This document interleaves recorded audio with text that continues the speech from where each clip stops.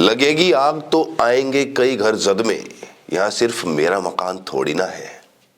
दरअसल दोस्तों, जो लोग कल तक बुलडोजर कार्रवाई पर खुश होते थे क्योंकि बुलडोजर किसी मुसलमान के घर पर चल रहा है, किसी दलित के घर पर चल रहा है, तो लोगों को बड़ी खुशी होती थी, अंधभक्तों को खासकर बड़ी खुशी होती थी। लेकिन आज वही अंधभक्त क्या कहेंगे जब अभिमुक्तेश्वरानंद, जो कि शंकराचार्य हैं, जो कि अनशन पर बैठे हुए हैं, खाना पीना सब छोड़ रखा है, कितने दिन हो गए आप सबको मालूम है, प्रयागराज में त्रिवेणी संगम के पास सेक्टर 4 में जो उनका शिविर लगा हुआ है, उस शिविर में कुछ भगवादारी घुस जाते हैं, उस शिविर में कुछ अराजक तत्व घुस जाते हैं, भगवा झंडा लहराते हैं, आप वीडियो में देख सकते हैं, और शिविर के अंदर घुसकर उपद्रव मचाने की कोशिश करते हैं। शनिवार देर शाम की घटना है, वहां पर शंकराचार्य जी के जो सेवक थे वो बैठे हुए थे, वो लोग उनको रोकने की कोशिश करते हैं, लेकिन बावजूद इसके भगवा झंडा फहराने वाले अंधभक्त आई लव बुलडोजर बाबा के नारे लगाते हैं, आई लव बुलडोजर एक्शन, ये नारे लगाए जाते हैं। दरअसल शंकराचार्य जी खुद कह चुके हैं कि उनकी जान को खतरा है, लगातार वो अपने बयान मीडिया में दे रहे हैं। और आप सब जानते हैं कि जो योगी आदित्यनाथ हैं, उत्तर प्रदेश के सीएम, वो शंकराचार्य को काल नेमी तक बुला चुके हैं। तो काल नेमी दरअसल है क्या? काल नेमी का अर्थ क्या है? अब जरा खुद सोचिए, काल नेमी वो है जो कि अपना रूप बदलकर बरगलाने की कोशिश करता है भगवान हनुमान को। लेकिन यहां पर शंकराचार्य को काल नेमी कहने का क्या तात्पर्य है? शंकराचार्य तो वही बात बोल रहे हैं जो घटित हुई है। उनकी सिर्फ एक छोटी सी मांग थी कि उन्हें स्नान करना है, त्रिवेणी संगम में उन्हें स्नान करना है, पालकी से उन्हें जाना है, लेकिन उनकी पालकी रोकी गई। फिर यहां पर काल नेमी की तरह रूप बदलकर योगी आदित्यनाथ की तरफ से बयान दिया गया कि पालकी ले जाने की इजाजत वहां पर नहीं होती है।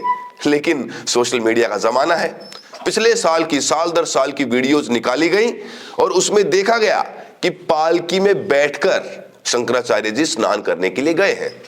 जब पिछले सालों में जो चीज वैध थी, अचानक वो अवैध कैसे हो गई? अचानक पालकी में जाना कोई जुर्म कैसे हो गया? और यही उनकी मांग थी, कोई बड़ी मांग नहीं थी। अगर चाहते तो ये मुद्दा वहीं पर दब सकता था। उन्होंने सिर्फ इतना कहा था कि माफी मांग लीजिए, लेकिन ना तो माफी मांगी गई, माफी मांगना तो दूर की बात रही, लगातार उनके अस्तित्व पर कीचड़ उछाला गया। और इसके बाद जो संत खेमा है, आप जानते हैं कि वो 2 धड़ों में बढ़ चुका है। एक धड़ा वो है जो शंकराचार्य को सही ठहरा रहा है, और दूसरा धड़ा, दरअसल उनको मैं संत भी नहीं कहता, भद्राचार्य हैं, रामदेव हैं, ये कैसे कैसे बयान दे रहे हैं। भद्राचार्य तो कह रहे हैं कि अन्याय उनके साथ नहीं हुआ, अन्याय उन्होंने किया।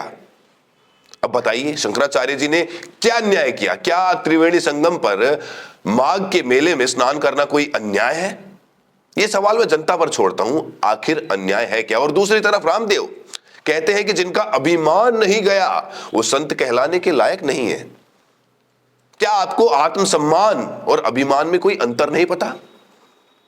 उन्होंने अपना क्या अभिमान दिखाया? रामदेव जी मुझे बताइए, कहां पर आपको शंकराचार्य में अभिमान दिखा?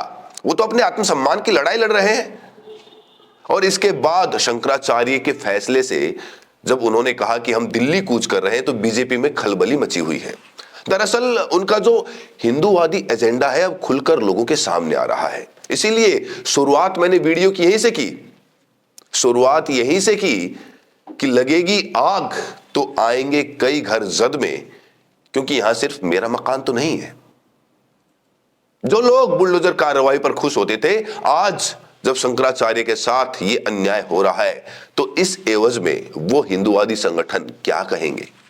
आई लव बुलडोजर एक्शन बोलने से किसी के साथ न्याय नहीं होता है। और यहां पर एक भगवा झंडा लहराकर भगवा वस्त्र धारण करने वाले संत को, शंकराचार्य को ही टारगेट किया जा रहा है। भगवा झंडे के एवज में आप मुस्लिमों का विरोध कर सकते थे, क्योंकि उनके झंडे का रंग अलग है, लेकिन यहां तो शंकराचार्य जी के वस्त्र ही भगवा रंग के हैं, तो आप भगवा झंडा फहराकर क्या दर्शाना चाहते हैं? क्या यहां पर कालनेमी वाली परिस्थिति, कालनेमी वाला रूप सरकार पर लागू नहीं हो रहा है? अच्छा, इस कांड के बाद एक चीज तो अच्छी हो रही है, जो गेहूं होता है ना, गेहूं, उसमें से गुण होता है वो पिस पिस कर अलग छटके आ रहा है। सोचिए कैसे। आज तक ये जो जितने भी संत थे, भगवा वेश के पीछे अपने आप को छुपा लेते थे, उनका अस्तित्व, उनका चेहरा लोगों के सामने नहीं आता था, लेकिन ये कांड होने के बाद कम से कम लोगों को तो समझ में आ रहा है। लोग तो देख रहे हैं कि कौन यहां पर कालनेमी है और कौन सच्चा संत है, लोग देख रहे हैं ये। लेकिन यहां पर सोचने की बात यह है कि शंकराचार्य के खिलाफ आखिरकार पूरा प्रशासन क्यों हो गया है? क्या इसके पीछे कारण है? आपको याद होगा, प्रयागराज में कुंभ मेले के दौरान भगदड़ हुई थी, वहां पर शंकराचार्य ने खुलकर अपना पक्ष रखा था, सरकार से जवाब मांगा था, जिन लोगों की मौत हुई थी उन लोगों की मौतों का हिसाब मांगा था। और कई दिनों तक ये जो पूरी चर्चा थी मीडिया में बनी रही थी, और इसके बाद अब जाकर माघ मेले में शंकराचार्य जी स्नान करने के लिए आए थे और यहीं पर उन्हें रोक दिया गया। क्या ये वो जो सवाल उठाए गए थे उन्हीं की एवज में जो कार्रवाई की गई है? क्या जो सरकार से सवाल पूछेगा उसके खिलाफ कड़ी कार्रवाई होगी, चाहे वो कोई संत ही क्यों ना हो, चाहे कोई शंकराचार्य ही क्यों ना हो? पहले तो कहा गया है कि शंकराचार्य तो झूठ है, वो तो नकली शंकराचार्य है, लेकिन उसके बाद वो वीडियोज, वो तस्वीरें वायरल हुई जो आपने देखी होंगी कि प्रधानमंत्री नरेंद्र मोदी खुद उनके चरणों में समर्पित है, अडानी खुद उनकी पूजा अर्चना कर रहे हैं। तो अब यहां पर जो कालनेमी वाला चेहरा है, जो उनको नकली शंकराचार्य बता रहे हैं, वो किसका है? आप खुद सोचिए।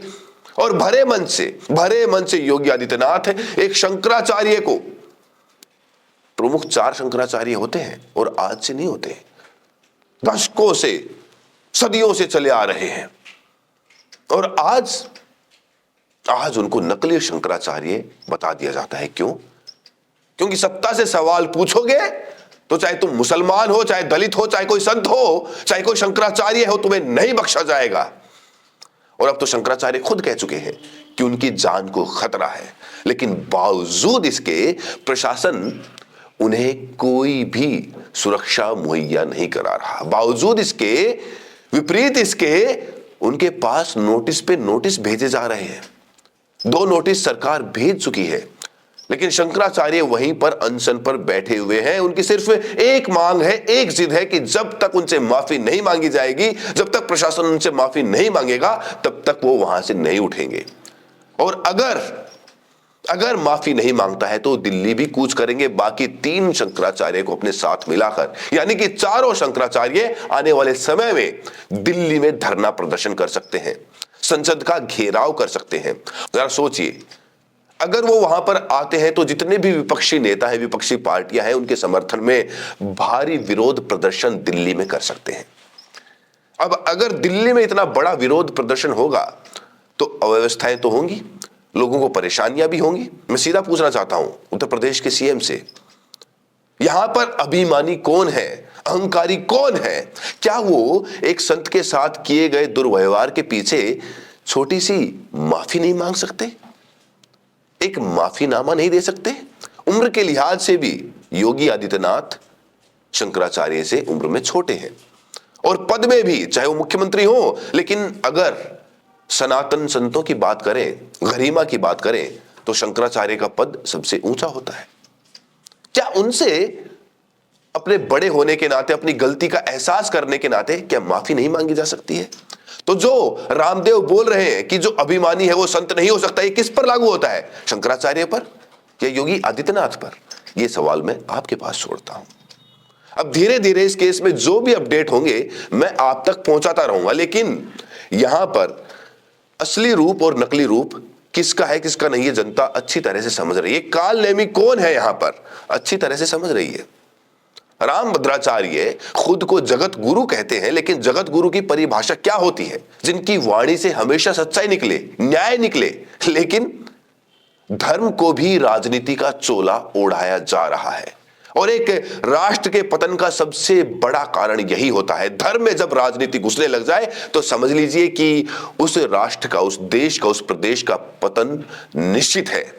तो क्या हम एक पतन की तरफ बढ़ रहे हैं?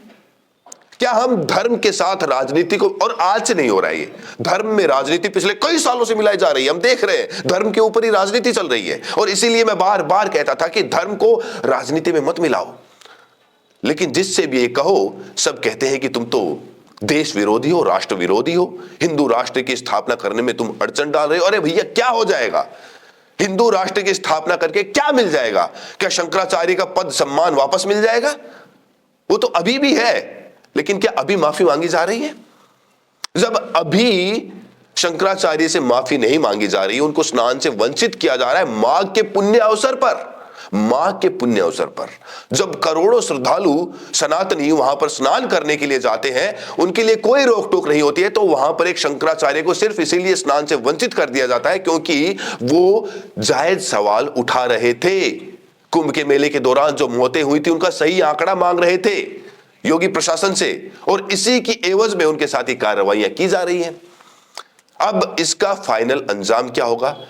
क्या योगी आदित्यनाथ की छुट्टी कर दी जाएगी? केशव प्रसाद मौर्य नए मुख्यमंत्री बनेंगे? ये जो भी नए अपडेट्स इस केस में होंगे, मैं आप तक पहुंचाता रहूंगा, क्योंकि ये मुद्दा बहुत बड़ा मुद्दा बन चुका है। दो खेमे में संत समुदाय, संत समाज भी बढ़ चुका है, और यहां पर असली और नकली चेहरे सबके सामने आने शुरू हो गए हैं। तो देखते हैं इस केस में आगे अपडेट क्या रहते हैं। अगर चैनल पर पहली बार है तो चैनल को सब्सक्राइब करें, नोटिफिकेशन बेल को प्रेस करें। मैं राहुल यादव, बहुत बहुत शुक्रिया।